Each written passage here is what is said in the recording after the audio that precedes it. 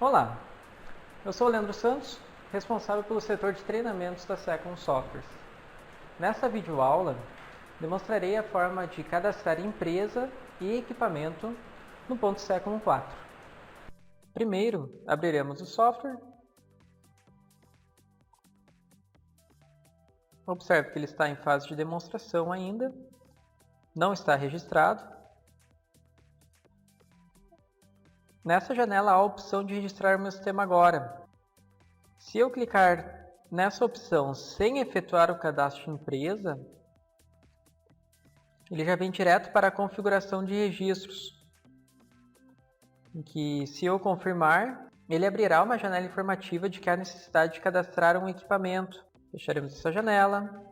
Também teremos aqui a janela do aviso de que o software está dentro da portaria 1510. Podemos então aqui marcar a opção para não avisar novamente. Clicamos em fechar. Entramos então aqui no menu Cadastros, Empresa. O software tem por padrão este layout em suas telas de cadastros, que seria incluir, alterar ou excluir, e também a opção de fechar. Temos aqui também o botão de registro, em que explicaremos em um outro momento a sua funcionalidade. Clicamos em incluir. Observe que há uns campos em azul aqui nessa tela. Como o software está de acordo com a portaria 1510 do MTE, há necessidade de alguns campos serem impressos no comprovante, que será emitido pelo equipamento no momento em que for efetuada a sua marcação de ponto. Estes campos em azul são todos obrigatórios em termos de cadastro. Vamos cadastrar aqui então a empresa. De exemplo, cadastraremos a da Second. Aqui temos a opção de cadastrar o CNPJ ou o CPF. Você utilizará a opção de CPF no cliente somente se ele não tiver um CNPJ para cadastrar. Em nosso exemplo, utilizaremos um CNPJ.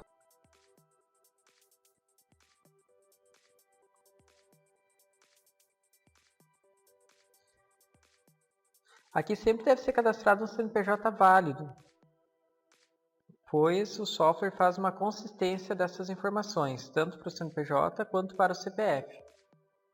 Um exemplo, vamos pôr aqui isento. Esse campo de responsável e de cargo, você irá preencher caso desejar que no relatório de cartão ponto seja impresso o nome do responsável pela empresa ou pelo recursos humanos. Não é um campo obrigatório, ele pode ficar em branco. Temos abaixo o endereço, o bairro, cidade, o CEP da empresa, o estado, todos os campos que você irá preencher no cliente.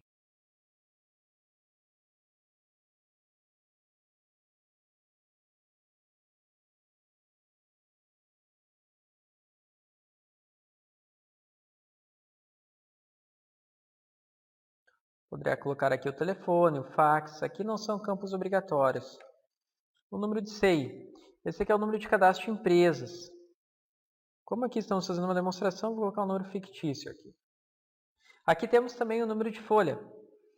Esse número de folha seria o número dessa empresa, será utilizado somente quando houver exportação para a contabilidade. Caso não houver nesse primeiro momento, ele pode ficar em branco. Há também aqui a opção de configuração do comprovante. Utilizando essa opção, podemos selecionar apenas alguns campos para serem impressos no ticket, no comprovante, no caso. No nosso exemplo, vamos deixar essa opção desmarcada. Aqui temos também a opção logotipo.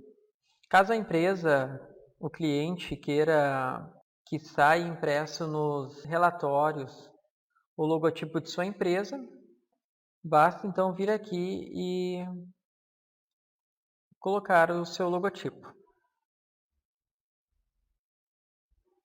Então, clicamos em concluir. Vamos supor aqui que antes de clicar em concluir, que o CNPJ seja incorreto. Ó, se clicarmos em concluir, o software já dará um aviso de que há necessidade de colocar um CNPJ válido. Então, aqui temos a importância de consultar o cliente em relação às suas informações de cadastro de empresa, para que aqui sejam incluídas as informações corretas. Dessa forma, a gente consegue cadastrar com êxito esse CNPJ.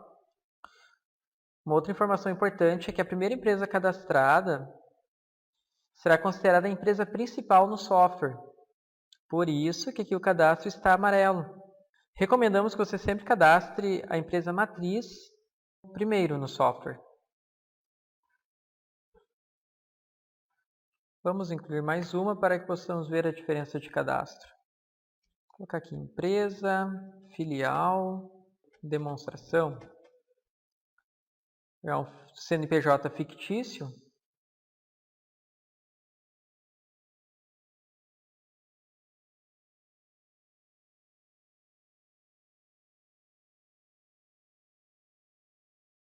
Estou cadastrando de forma breve, apenas para que possamos concluir o cadastro.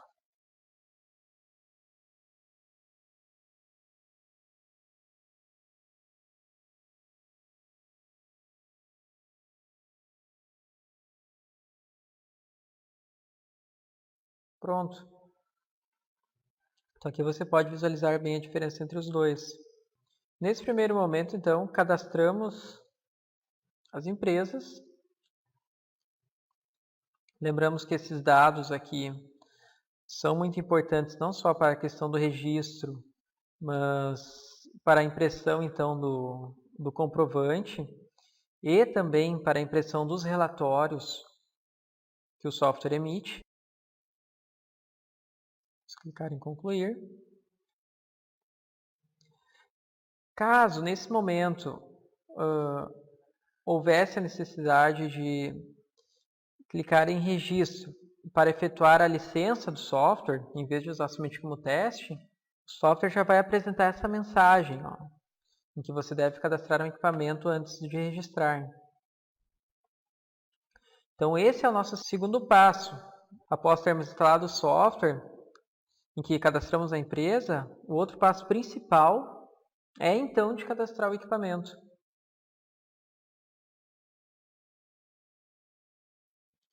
Vamos clicar no menu Manutenção, Equipamentos, Cadastro. Veja que ele abre um aviso, em que há necessidade de instalar o pacote de comunicação no software.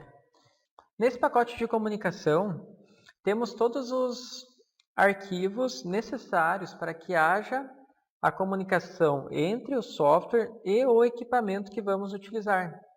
Caso você tenha dúvida se o equipamento que você utiliza ou que você tem disponível em seu cliente comunica com o nosso software, consulte o nosso setor de suporte técnico para verificar, informando o modelo do equipamento e o fabricante deste. Se você clicar em Ver pacotes de comunicação disponíveis,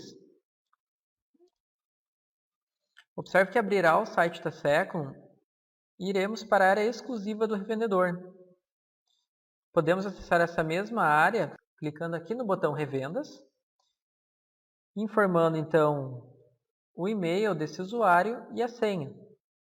Dessa forma ele vai demonstrar todos os pacotes de comunicação que estão vinculados em seu cadastro de revenda autorizada. Vamos clicar em fechar. Se tentarmos igualmente cadastrar o equipamento, não será possível fazê-lo por esse motivo, porque não temos essa listagem de equipamentos aqui. Nesse caso, então, vamos fechar o software. Vamos executar o pacote de comunicação. Após efetuar o download do pacote de comunicação, vamos aqui em Downloads, você pode executar ele. Este sim, recomendamos que você execute sempre como administrador. No nosso caso aqui, vamos clicar no botão direito, executar como administrador. Clicamos em continuar. Caso você tenha dúvida em que local está instalado o software, você pode localizar ele por este botão, em que você irá localizar ele em seu computador, ou então, uma outra alternativa, será de clicar com o botão direito sobre o ícone do software e clicar em propriedades. Então, no nosso caso aqui, o local de destino, olha, está em C, arquivo de programas, ponto 4. Então, até podemos copiar. Ok. E vamos colar esse caminho. Clicamos em OK. Será descompactado, então, os arquivos do fabricante no diretório de instalação do software. Clicamos em OK. Em alguns pacotes de comunicação, vai ter a opção de atualizar também, logo em seguida. Vamos clicar no botão direito, abrir local de arquivo. Veja que já foi descompactado o diretório, ou, dependendo do pacote de comunicação, os diretórios em que teremos os arquivos de comunicação. Vamos abrir o software e efetuar o cadastro de um equipamento.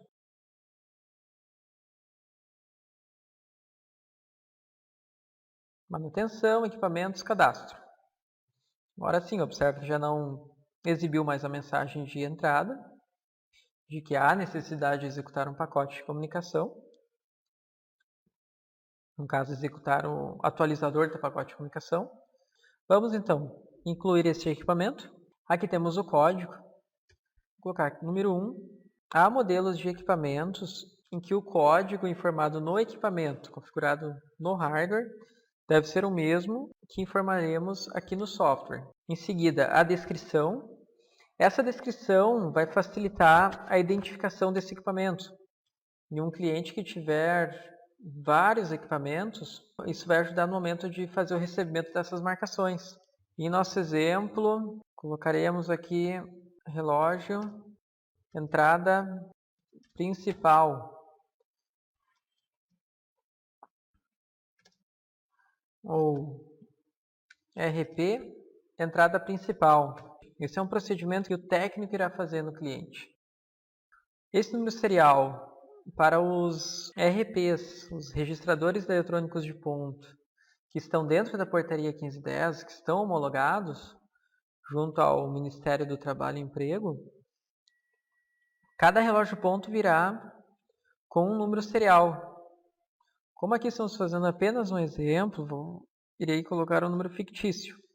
Porém, quando for executar no cliente, em que você for fazer uma instalação, verifique no equipamento o número serial e informe esse número de forma correta aqui, neste campo.